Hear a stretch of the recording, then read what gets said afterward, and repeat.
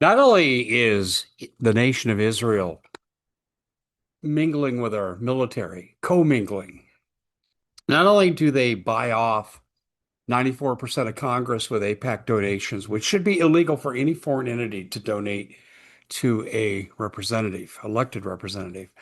Not only are they doing that, not only did Joe Kent get fired and Tulsi Gabbard get forced out for daring to want to look at foreign involvement in Charlie Kirk's assassination, which could have implicated Israel. Not only did Tulsi Gabbard get forced out because she wanted the Epstein files out as well as unredacted JFK files. Okay, we go on. And this goes back to protect, a lot of people believe, Israeli interests. Not only has all that happened, now, and as I told you, this was coming. I said this is coming. I said, now your First Amendment right to speak on this, what I'm doing right here, is being twisted and turned into a criminal event. My name is Dave Hodges. Welcome to everybody who's here from both America and around the world. We are partners in freedom. We are the Common Sense Show. We are the show that is freeing America one enslaved mind at a time. We serve God, family, country, and we mean that sincerely. It is our duty as Christians and as Americans to call out tyranny, call out the abuse of superiors, unquote, to inferiors and the abuse that takes place. It's our duty to point out about the genocide in Gaza and now happening in Lebanon. And no, I don't support Hamas and Hezbollah at all. But innocent people are being victimized while they stand in line for relief food. This is disgusting. And now we're looking at how this has come home to roost in America. And this is just beyond belief. Anyway, we are brought to you by My Digital Money. Crypto is starting to inch. You can kind of hear like dun, dun, dun, dun, dun. Yeah, theme from Jaws. It's approaching the breakout. The elite forced down the price. They bought up a lot at cheap price. Now they're beginning to let it edge. I always say, when in Rome, do as the Romans do. If they think this is profitable, you should probably follow suit and buy some crypto. And I think it's going to go to unbelievable levels because the dollar's in such trouble because of this war that we're fighting, in my humble opinion, and the opinion of most Americans, 75% according to the polls. We are fighting this war on behalf of Israel under the worn out excuse we're looking for weapons of mass destruction. Okay, well, even if Iran thought they could let loose a nuke, their country would probably cease to exist, not by my action, but by the retaliatory component that would follow. So this is a superfluous argument on its face.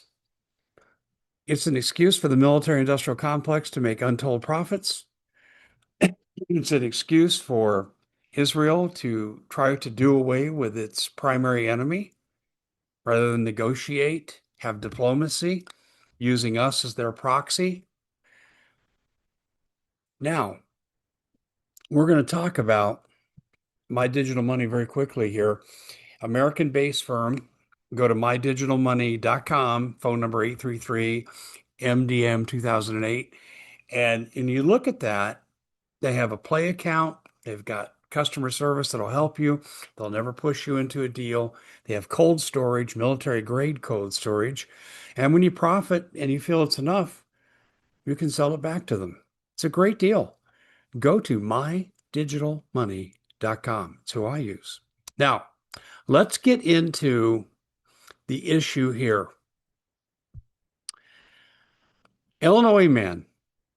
And did he go to the edge? And do I think he was abrasive? Yes. But being abrasive under the First Amendment, I think talking in bad taste is not desirable, but it certainly isn't illegal. And now the critics of AI centers are being targeted by the federal government, and it's filtering down to the local police. We talked briefly in passing the other day about how the FBI has formed an, what do they call it now? Anti-tech extremism. excuse me, if you don't want a data center built in your neighborhood, that doesn't make you an extremist. You have the First Amendment right to protest. You have the First Amendment right to organize a protest. If you don't want to fight a war on behalf of Israel, you have the right to say it. But when you do these things now, you're now getting labeled on a list, and history shows very unkindly what can happen to people who go on lists. And we're going to see a video here very quickly of a man who went on a list. And this is just unbelievable, people, that this could happen. 28-year-old man in Illinois, thanks to Man of His Word here for posting the recapitulation of this. And we're going to line this up so you can hear this very, very clearly. Um, I am just beside myself that this could happen in America. This is what's invading the UK, and we've talked about how they've lost freedom of speech. Well, now we're losing it. We're losing it because we can't criticize Israel. You can't criticize the data centers. You can't criticize the war. This is going to an unbelievable level, but here we go. Let's play this. And here we go. No, what I said if he valued his children. Two police officers standing in a man's yard, and they're questioning him on his Facebook post. Safety, he probably wouldn't be trying to ruin the world that they're being brought up on. And that isn't a threat. The problem is you didn't see that post. Yes, I did. Pull it up. That's what got him. He was arrested the same day. 3 felony charges: intimidation, stalking, and cyberstalking. He's out on a GPS ankle monitor, and the court order says he cannot mention the data center, the director's name, or organize any protest until all of this is resolved. Now his attorney is calling this a First Amendment violation. Now I don't know this man or his family, and I genuinely hope this ends well for them, but the line he crossed is very real and specific. Yes, you can. Let me say something here. Okay, let's assume the guy is guilty of all 3 felonies and you're out on probation. You have the right to First Amendment protest against the data center. You're not breaking any law. You might be endangering profits, but you're not endangering people. How can a judge have the legal constitutional right to do this? This man, I think, disagrees, but let's go on.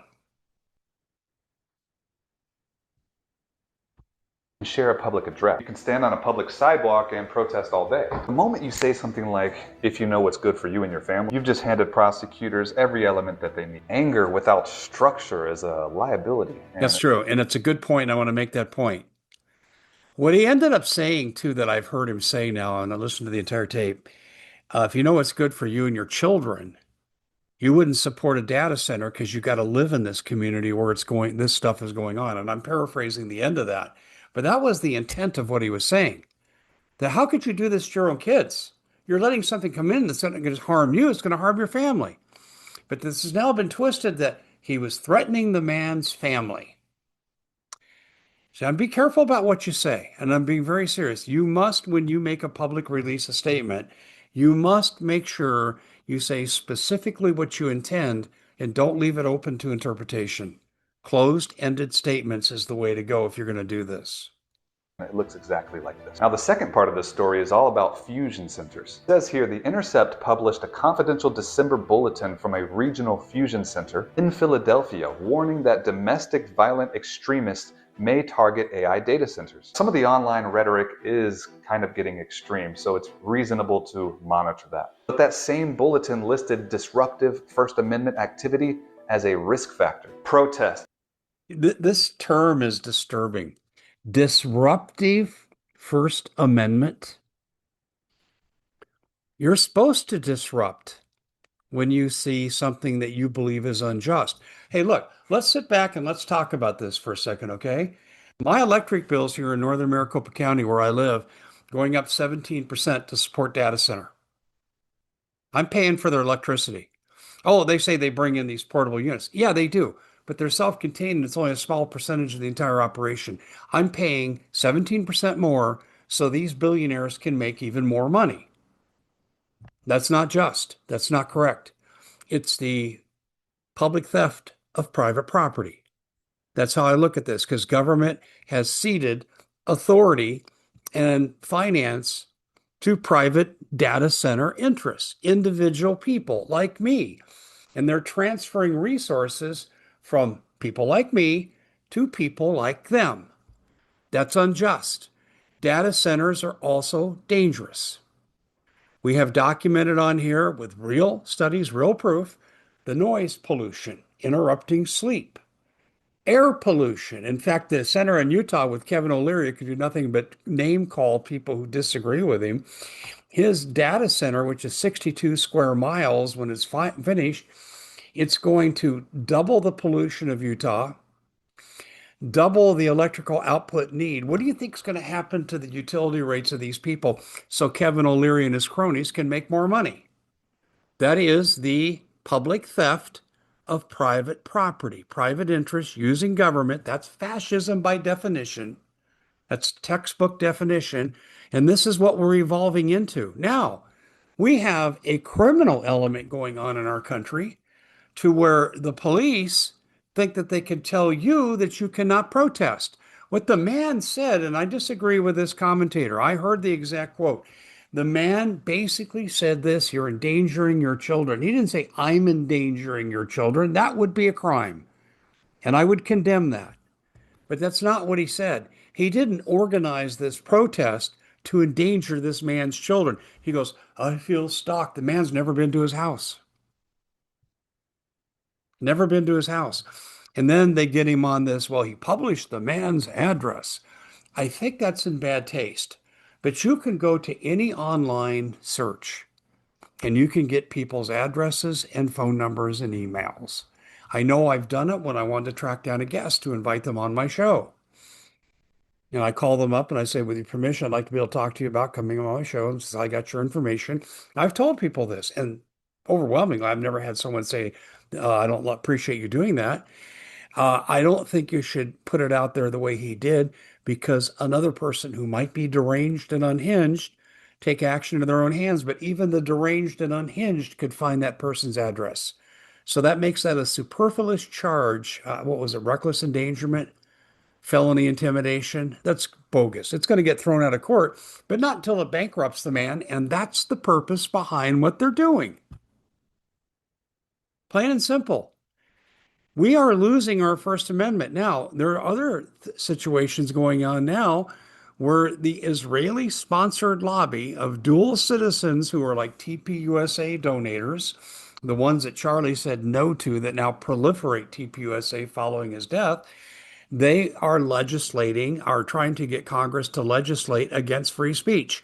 If you criticize Netanyahu, you're an anti-Semitic, and we're going to have anti-Semitic laws coming into play. Many bills are in Congress right now. But here's the key. I don't think you should be anti anything. I don't. But you have the right to criticize another government. And what Netanyahu did in Lebanon and what he did in Gaza is unspeakable. No, I don't condone what Hamas did. They should be punished. But when you bomb an elementary school in daylight hours to get to a Hamas facility when you could have done it at night, that speaks to depraved indifference towards the welfare of another human being.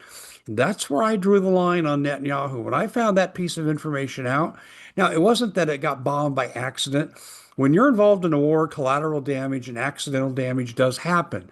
That's not what happened here. They justified it by saying Hamas headquarters underneath hospitals and schools, so we have to bomb them. Well, I want no part of something like that. And yet, members of our Congress are trying to make what I just told you to be labeled as anti-Semitic and punishable under criminal statutes.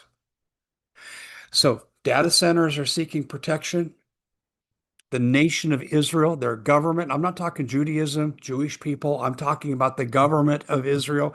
They are seeking protection against America's First Amendment rights. And the reason they're entangling the military is really simple, because the sentiment in America right now is 75% against the war. And that's according to the mainstream media polls that are usually favorable to Jewish interests. But they're saying, hey, most of America is opposed to this. So Israel fearing the backlash and Congress's elections being endangered if we keep giving this massive foreign aid for what we feel are illegitimate purposes, it could endanger political careers. They're now just saying, well, we'll just let our militaries merge. Okay. And they're talking about not merging them at the unit level, although that could happen down the road the way the law is written. But in Section 224 of the NDAA, it says clearly there are no guardrails with technology, with advanced weaponry. What we have at the very best, Israel gets access to. They have a seat at the table at DARPA. This is wrong. They're a foreign nation. And I believe this is treasonous literature by definition. And yet, if you criticize it, they're now trying to make that a crime. Do you think this is what the founding fathers wanted? And by the way, let me ask you a final question. Is this what you voted for?